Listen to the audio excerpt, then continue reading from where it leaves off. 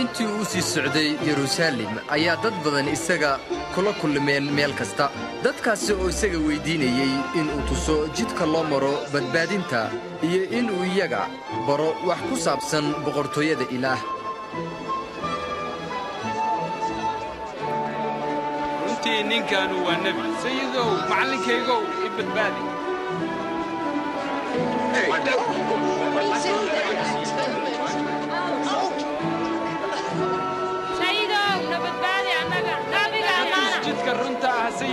dadku waxay bilaabeen inay aqbalaan sida sayid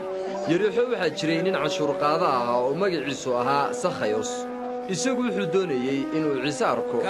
ilaa uu fulay geed si uu dadka korkooda uga arko dhaqso u soo deg Sakhayosow waayo maanta gurigaaga ayaan joogayaa ma gurigayga yaa dooni lahaa inuu gurigiisa joogo Sakhayos muxuu ku gartay Ciise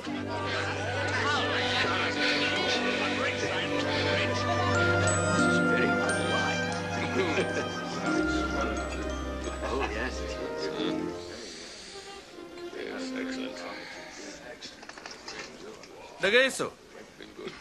waxaan siin lahaa kalabar waxaan lahaa masaakiinta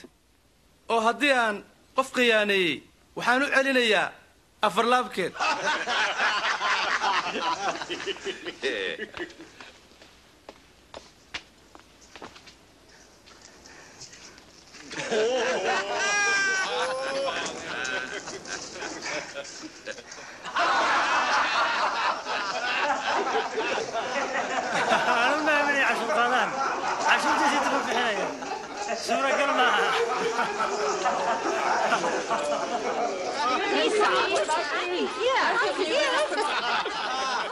maantii guriga waxaa timid badbaadin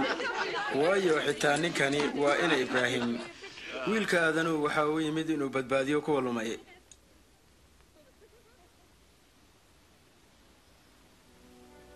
dhagaysta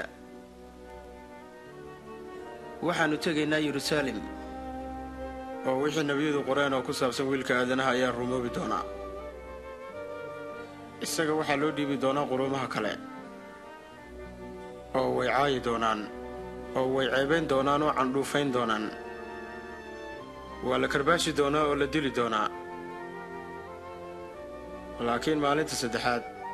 ayaa la kicin doonaa